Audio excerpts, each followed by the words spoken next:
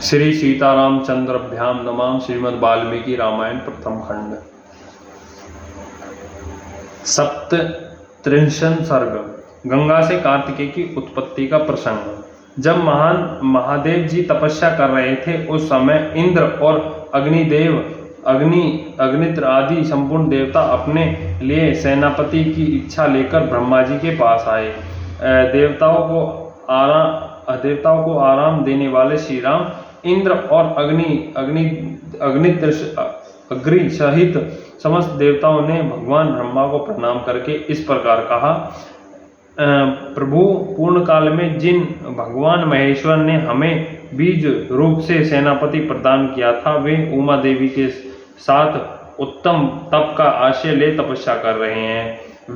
विविध विधा के ज्ञाता पितामह, अब लोकों के हित के लिए जो कर्तव्य प्राप्त हो उसको पूर्ण कीजिए, क्योंकि आप ही हमारा परम आश्रय है। देवताओं की यह बात सुनकर संपूर्ण लोकों के पितामह ब्रह्मा जी ने मधुर वचनों द्वारा उन्हें सांत्वना देते हुए कहा। देवताओं, गिरिराज कुमारी पार्वती ने जो शाप दिया है उसके अनुसार तुम्हें अपनी पत्नियों के गर्भ से अब कोई संतान नहीं होगी। उमा देवी की वाणी अमोघ है, अतः वह सत्य होकर ही रहेगी, इसमें संशय नहीं है। ये है उमा की बड़ी बहन आकाश गंगा, जिसके गर्भ में शंकर जी के उस तेज को स्थापित करके अग्निदेव एक ऐसे पुत्र को जन्म देंगे जो देवताओं के शत्रुओं का दमन करने में समर्थ सेनापति होगा। ये गंगा गिरिजा की ज्येष्ठ पुत्री, गिरिराज की ज्येष्ठ पुत्री है, अतः अपनी छोटी बहन के इस पुत्र को अपने ही पुत्र के समान मानेगी। उमा को भी यह बहुत प्रिय लगेगा, इसमें संशय नहीं है। रघुनंदन, ब्रह्मा जी की यह वचन सुनकर सब देवता कृतज्ञ हो गए। उन्होंने ब्रह्मा जी को प्रणाम करके उनका पूजन किया। श्री राम विविध धातुओं से अलंकृत उत्तम कैलाश पर्वत पर जाकर उन्हें संपूर्ण देवताओं ने अग्निदेव को पुत्र उत्पन्न करने के कार्य में नियुक्त किया। वे बोले, देव हुताशन यह देवताओं का कार्य है, इसे सिद्ध कीजिए। भगवान रुद्र के इस महान तेज को अब आप गंगा जी में स्थापित कर दीजिए।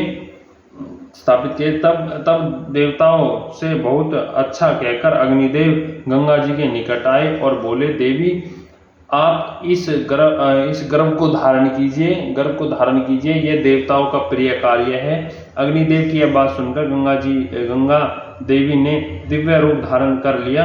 उनकी यह महिमा, यह रूप वैभव देखकर अग्निदेव ने उस रौद्र तेज को उनके सब ओर बिखेर दिया। रघुनंदन, अग्निदेव ने जब गंगा देवी को सब ओर से उस रौद्र तेज द्वारा अभिषिक्त कर दिया, तब गंगा जी के सारे स्रोत उसे परिपूर्ण हो गए।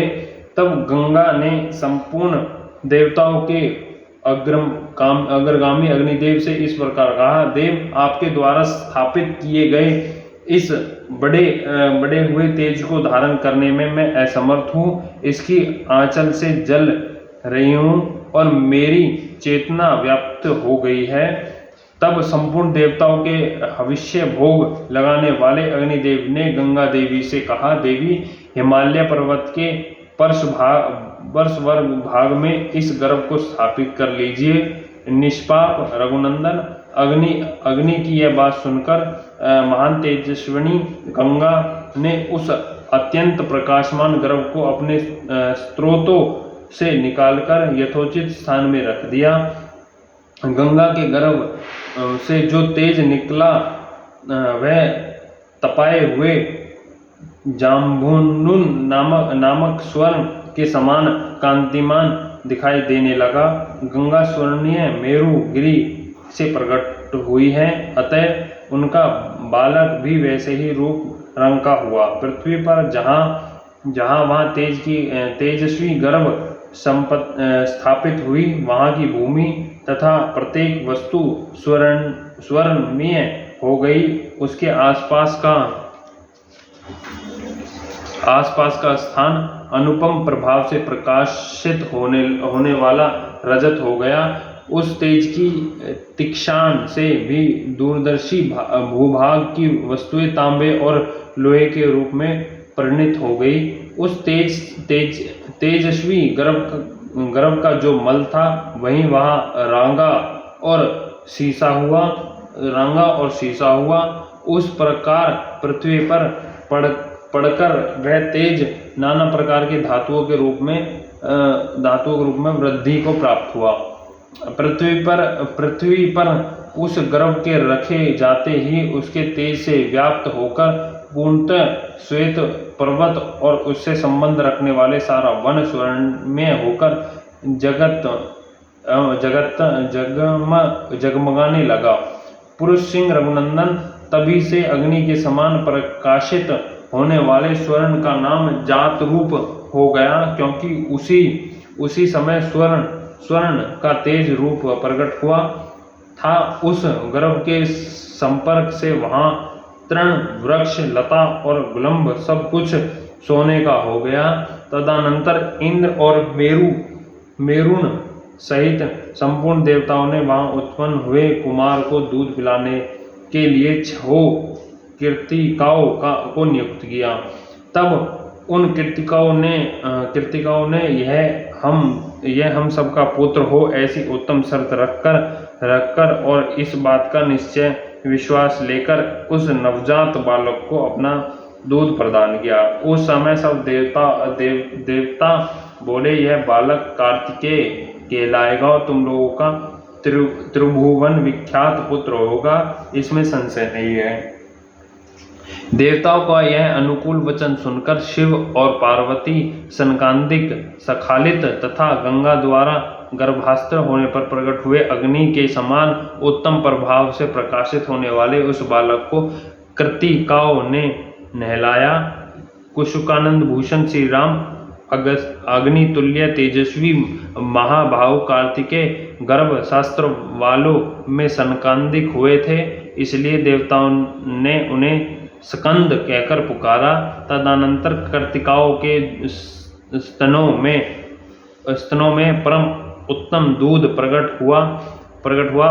उस समय सनकांद ने अपने 6 मुख प्रकट करके उन 6 का एक साथ ही स्तनपान किया। एक ही दिन दूध पीकर उस सुकुमार शरीर वाले शक्तिशाली कुमार ने अपने पराक्रम से दैत्यों की सारी सेनाओं पर विजय प्राप्त की।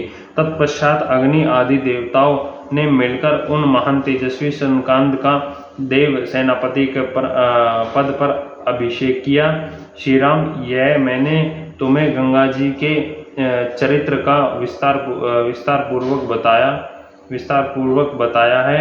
साथ ही कुमार कार्तिकेय के जन्म का भी प्रसंग सुनाया है, जो श्रोताओं को ध्यान एवं पुण्यात्मा बनाने वाला है। काकुस्थन, इस पृथ्वी पर जो मनुष्य कार्तिकेय में भक्ति भाव रखता है, वह इस लोक में दीर्घायु तथा पुत्र पौत्र संपन्न हो मृत्यु के पश्चात सनकांद के लोक में जाता है। इस प्रकार श्री वाल्मीकि निर्मित अर्ष रामायण आदि काव्य बालकांड में 37वां सर्ग पूरा हुआ। बोल श्यापति रामचंद्र की जय। पवन सुत हनुमान की जय। लक्ष्मण भरत शत्रुघ्न हनुमान जय। जय श्यापति रामचंद्र की जय।